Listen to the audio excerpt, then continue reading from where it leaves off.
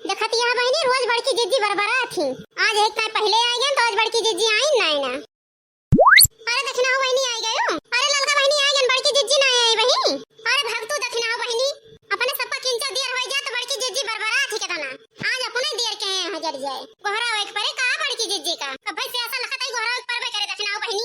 अरे वाह बड़की जिज्जी बड़की जिज्जी। अरे लाखन भतार काटा का हाल लगाए हमार रोजे जल जाए दोनों जनी देर के आवत हो तो हम कुछ नहीं बोले थे। आज हमका देर होई गे तो लाखन भतार काटा को हाल लगाए हैं। अरे मोर बड़की जिज्जी गोहरा हाल नहीं लगाए हैं। आज हमारे नंदिया आवतियां हैं एक ता बड़ी जल्दी में है बड़की जिज्जी। अब गाय वाली लिया जल्दी चली जाए ना मां बुढ़िया बरबरा करे।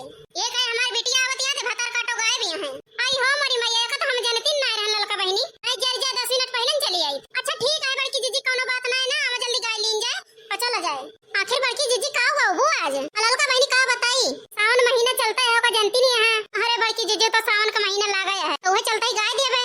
आया है सावन महीना चलो भोले नगरिया। आया है सावन महीना चलो भोले नगरिया। आया है सावन महीना चलो भोले नगरिया। आया है सावन महीना चलो भोले नगरिया। भोले नगरिया चलो भोले